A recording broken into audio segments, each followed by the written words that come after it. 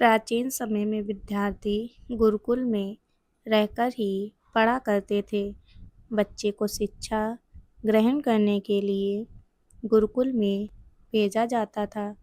बच्चे गुरुकुल में गुरु के सानिध्य में आश्रम की देखभाल किया करते थे और अध्ययन भी किया करते थे।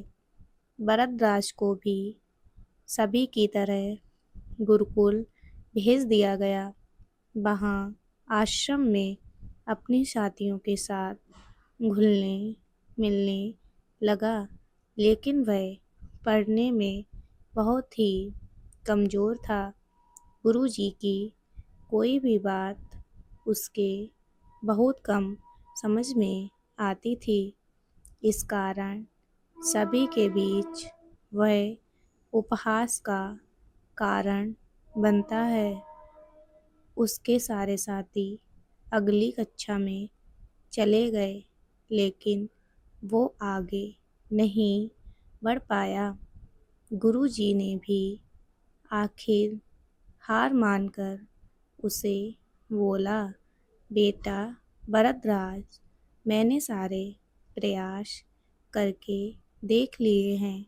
अब यही उचित होगा कि तुम यहाँ अपना समय बर्बाद मत करो।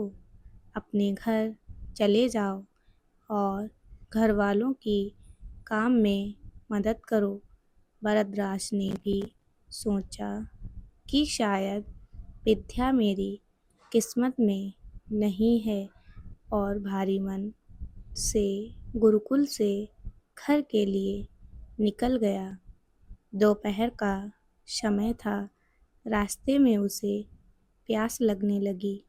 इधर उधर देखने पर उसने पाया कि थोड़ी दूर पर ही कुछ महिलाएं कुएं से पानी भर रही थीं। वह कुएं के पास गया। वहाँ पत्थरों पर रस्सी के आने जाने से निशान बने हुए थे। तो उसने महिलाओं से पूछा, ये निशान आपने कैसे बनाए? तो एक महिला ने जवाब दिया, बेटे ये निशान हमने नहीं बनाए, यह तो पानी खींचते समय इस कोमल रस्सी के बार बार आने जाने से ठोस पत्थर पर भी ऐसे निशान बन गए हैं। भरद्वाज सोच में पड़ गया। उसने विचार किया कि जब एक कोमल से रस्सी के बार बार आने जाने से एक ठोस पत्थर पर गहरे निशान बन सकते हैं, तो निरंतर अभ्यास से मैं विद्या ग्रहण क्यों नहीं कर सकता। भरद्वाज ढेर सारे उत्साह के साथ वापस गुरुकुल आया और अथक कड़ी मेहनत की।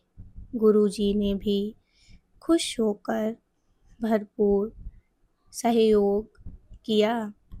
कुछ ही सालों बाद यही मंदबुद्धि बालक भरद्वाज आगे चलकर संस्कृत व्याकरण का महान विद्वान बना।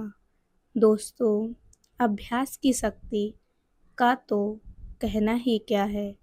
यह आपके हर सपने को पूरा करेगी।